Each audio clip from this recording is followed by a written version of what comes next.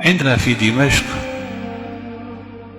تربة وهي المقبرة، وكلنا نعرف التربة والمقبرة، الدحداح مشهورة، وفيها نعم أولياء، وفيها علماء، وفيها مجاهدون، وفيها شهداء.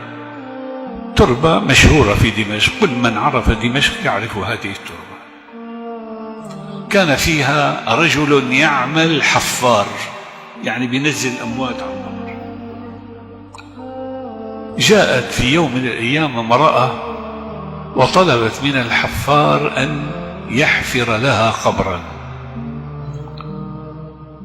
حفر القبر، وبعد ساعة جاءت الجنازة وليس معها كثير من الناس،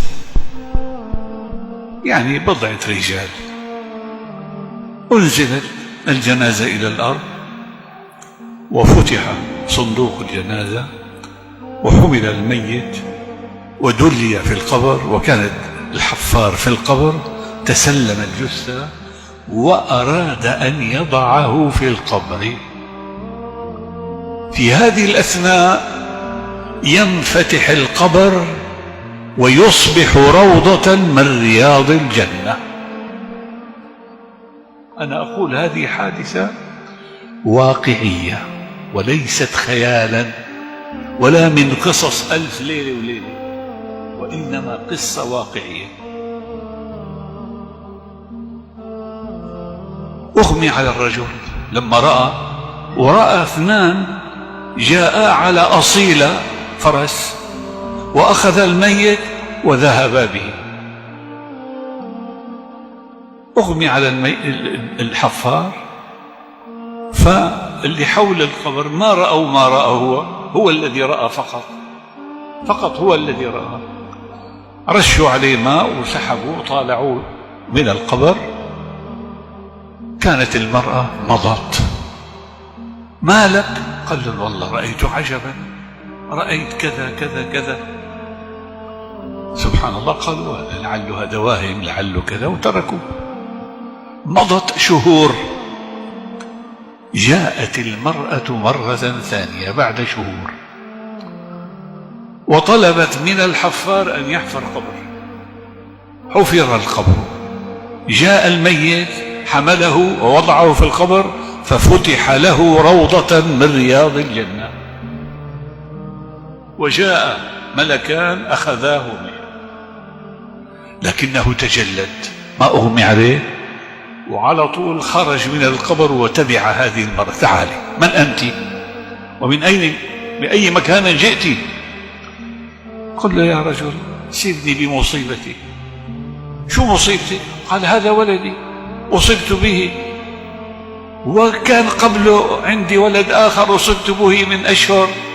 قال أنت صاحبة الرجل الأول؟ قالت نعم. ما لك، لماذا تسأل؟ قال والله رأيت عجبا، الأول لما وضعته انفتح روضة من رياض الجنة، والثاني كذلك.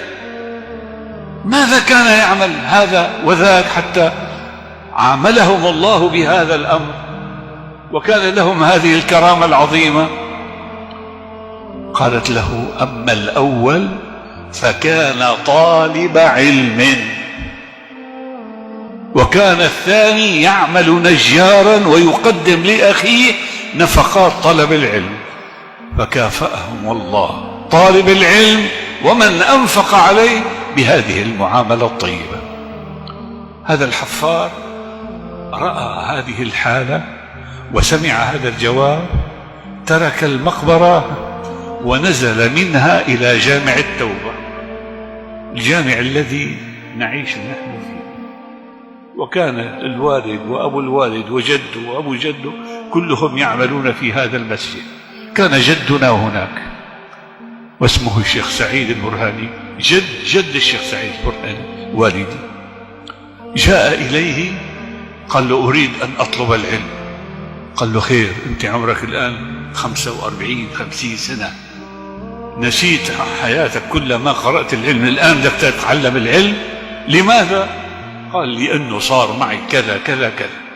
قال له خلاص اتكل على الله ويلا ابدأ في طلب العلم. جيب الأجرومية، كانوا يتعلموا الأجرومية ويحفظوها ويتحفظوا متون وكذا، وبدأ واشتغل حتى صار من كبار العلماء.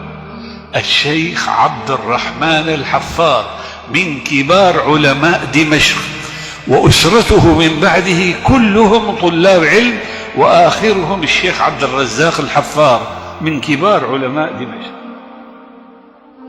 هذه القصة أنقلها لكم لأبشركم بأن طالب العلم هكذا يعامله ربه.